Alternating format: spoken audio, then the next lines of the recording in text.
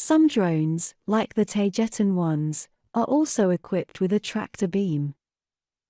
Taygetan drones many times do release a cable underneath them, to suspend a sensor array away from the high-energy toroid the drone is in order to take more accurate readings.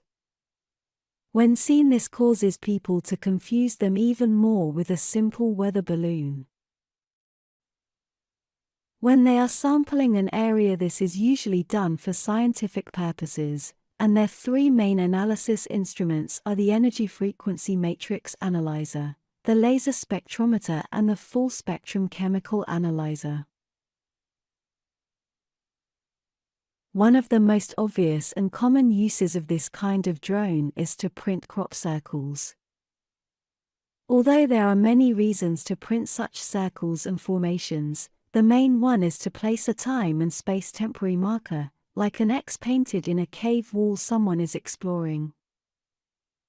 A symbol is printed, any one, in a field, for a ship's crew to be able to determine if they have come back to the same place and time they left from, this due to the convenient finite lifespan of a crop circle.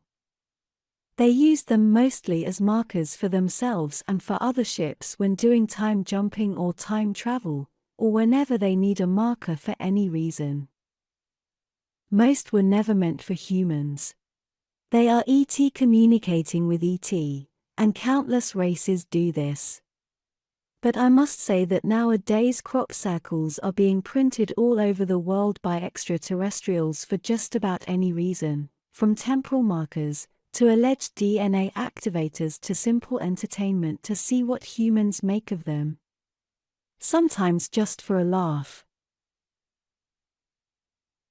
So, as you can see, drones are used for just about any purpose and are basically small unmanned starships.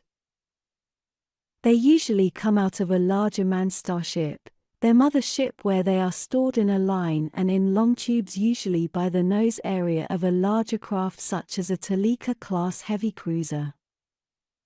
But most drones of this kind, like the Taygetan Spherical one, have full interstellar capacity, so they can be operating from just about anywhere, alone, and far from home.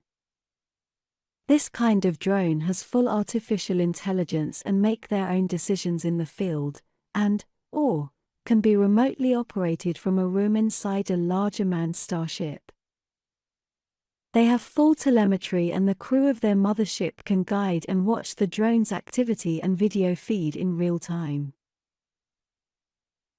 Anatomy of a Taygetan Spherical drone. Taygetans use three main kinds of drones. All are spheres and they vary only in size and capacity.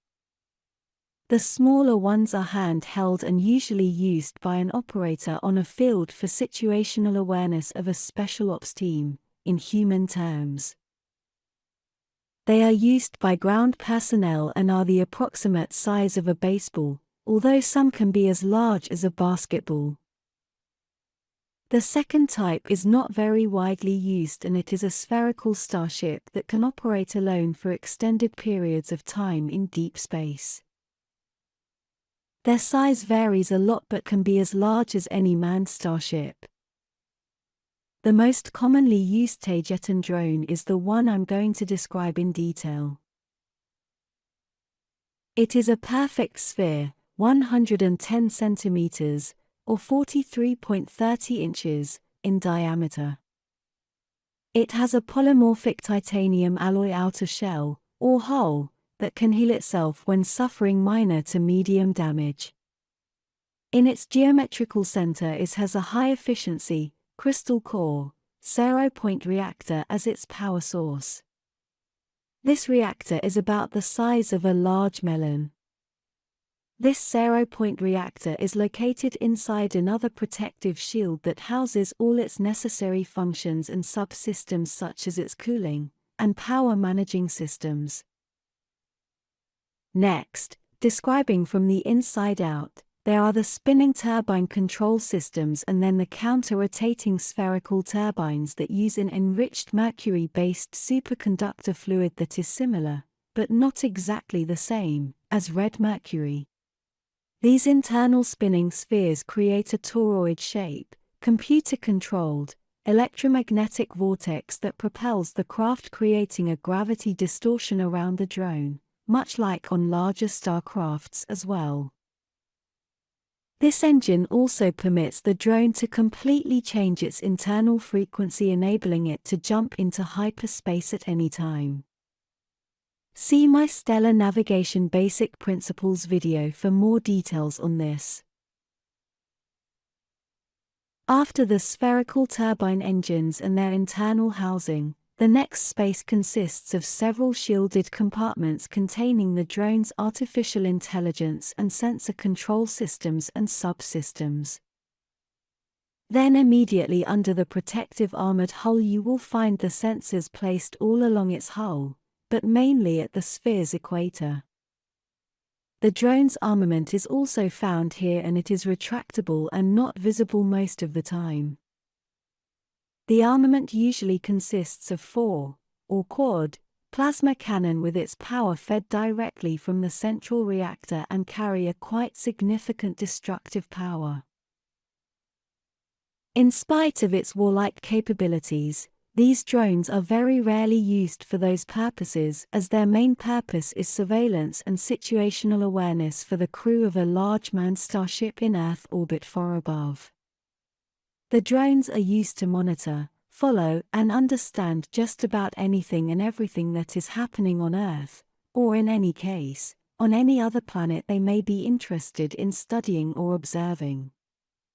The most important function of these kinds of drone is to monitor and follow a stellar race's starseeds, for their protection and guidance as agreed before entering their lives on Earth. But they are not invasive to the starseed, or as minimum as possible depending on the situation. These drones are not hostile, they carry a very loving and guiding energy. Never be afraid of them, trust your emotions and your feelings about them whenever you see one.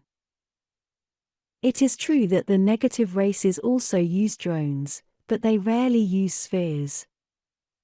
They are your little friends and companions.